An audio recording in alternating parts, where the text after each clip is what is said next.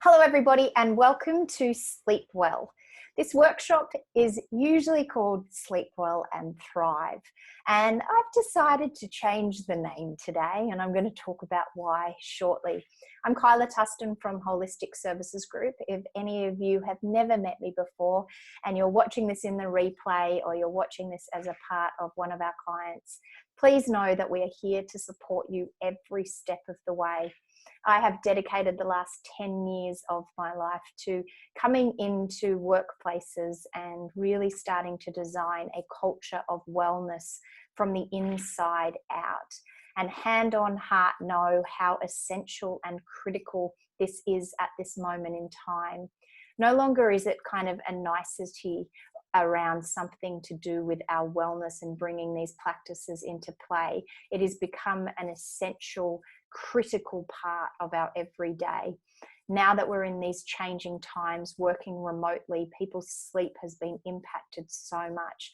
I've touched base with probably over 100 clients in the last month and ran lots and lots of workshops with hundreds of participants. And one of the biggest things that we're talking about is the huge level of worry, of anxiety, of uncertainty, of overwhelm, stress and tension in the nervous system that's coming up. All of this has an interconnectedness with our sleep and how we sleep at night. So one thing that I'm going to start with today in particular is starting to set some sleep intentions. How would you like to wake up? When are you going to go to sleep? What are you going to do to prepare yourself for sleep? And you can share these intentions and have kids do them at the same time too. I remember years ago being in a workshop and them talking about if you wouldn't sleep in your child's bedroom because there is so much kind of noise and colors and brightness and everything. So if it doesn't feel calming for you, potentially it's not calming for them either. One of the greatest tips and tools I talk about is, can your bedroom actually look and feel like a day spa, a sanctuary of somewhere where you know that it is all about rest and restoration for your body. So setting some intentions around particularly how you want to wake up. The number one thing to also think about is from the moment you wake up in the morning, from every single choice that you are making, you are determining how you're going to sleep at night. From the conversations that you're having, from the media that you're consuming, from the foods that you're eating, the number of coffees that you're drinking, the hydration, all of these things that we're consuming will determine how you sleep, plus the amount of stress that you are consuming into your body through your optic nerves in terms of technology and being on technology, and the impact that this is having on your nervous system. Because what often is happening is that we have unprocessed stress within our nervous system, our body. Emotions are energy in motion. Thoughts are stuck moving around our body because they're energy as well, because we are rushing. We are so busy and our nervous systems are coiled, like tightly knit kind of coils per se.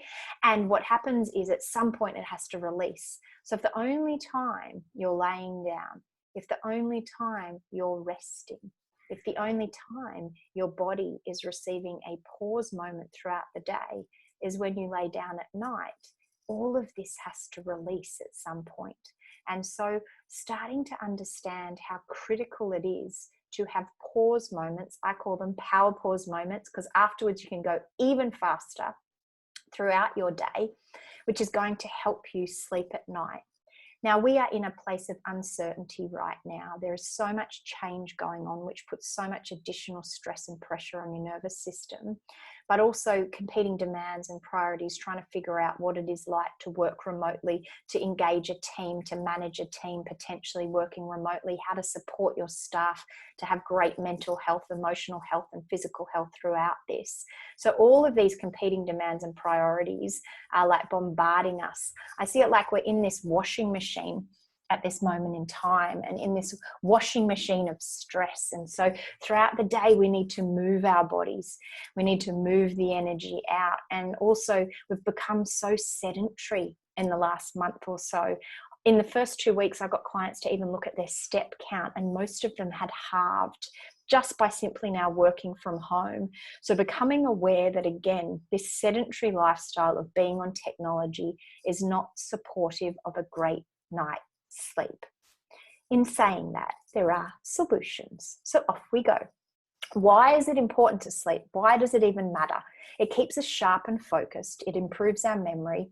It will refresh our emotional state, which means that you're going to have greater, more authentic, real relationships. But most importantly, it revitalizes our body. It gives our organs, our immune system time, our brain time to reset, to recharge, and to re-energize. Now, if your body is trying to process a big, heavy meal late at night or lots and lots of alcohol, it then isn't getting the rest and the restoration that it needs within your organs. So becoming aware that you can become, like I call, an investigator of your sleep habits and patterns, and start to notice the days that you wake up tired, or the nights that you wake up throughout the night or can't go to sleep. You want to reverse engineer your evening, your day, to notice what went on that led to that. Now, if you have a sleep habit of waking up, sometimes our body can just get used to that, and we need to retrain it. For anyone that is watching this today or in the replay, and you've had prolonged sleep issues, like way beyond COVID-19, I would encourage you to go and get yourself checked, a GP, naturopath, any natural health, and actually get an expert support in this, because we want to start looking at, particularly if there's these habits, there could be supplements that you need. There could be actually like sleep apnea might be going on in terms of breathing patterns. So today, the tips and tools I'm talking about can help in those situations as well. But if this has been a prolonged, anything that is prolonged from a mental health, emotional health, or physical health perspective, ask for support. Reach out and get that expert support along the way, because this will just move things more quickly. I met a woman in a workshop about 3 or 4 years ago. She hadn't slept more than an hour at a time in 10 years. Now, I would dedicate a lot of my spare time to finding solutions around that. And so if you are somebody listening that is you or a family member, please prioritize your wellness and get the support that you need, because sleep is one of the most critical things when it comes to our state of being and our state of mind. Also, we spend a third of our life sleeping, up to 25 years. So why wouldn't we dedicate some time to it being the best sleep possible? Many years ago, I went to one of the sleep shops, and you can lay down and they work out what mattress is best for your body, and that scans your body. Ever since then, I've had that bed. It literally allows me to have the best night's sleep ever. I think that part of it is because I invested in my sleep and I made it a priority. Plus, it feels like one of the best hotel beds ever. Now, if financially that's not available to you right now, you can still change the bedroom environment to make sure it's cool, to make sure it's dark, to make sure that it's got a little bit of airflow in it if that's possible. As we move into winter now as well, a lot of people really look at ways of warming up their room. You do not want your bedroom too hot at night, because having it too hot will mean that your body sweats, it gets overheated. That will wake you up as well. So actually having the room cooler than you can imagine. Now, for anyone that's watching this, please feel free to reach out to us and ask me. I have a sleep quiz, and we can share that with you as well, that has lots of healthy tips and tools on it also. The benefits of sleep, that state of rest, it really does give this neural connection to our brain, increasing energy levels. I've spoken about this, mind-rested brain chemicals, and helping us to learn. Right now, a great night's sleep is what I will say, we're going to obviously call this sleep well and thrive, sleep well and survive right now.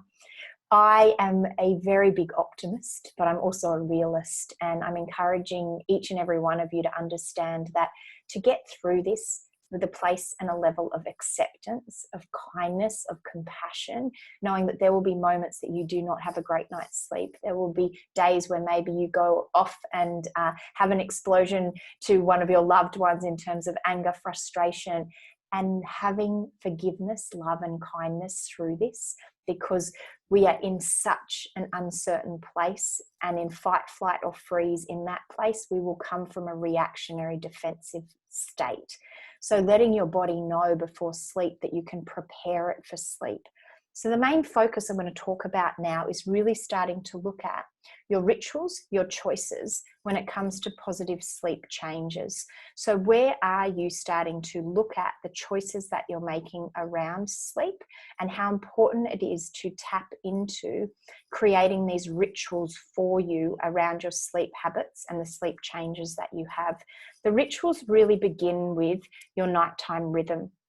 Switching off technology, starting to notice what you're doing in terms of calming down your nervous system before bed. Again, becoming aware of the foods and the drinks that you're drinking, so that you're aware that certain things might stimulate or awaken the nervous system or require additional processing through that sleep time.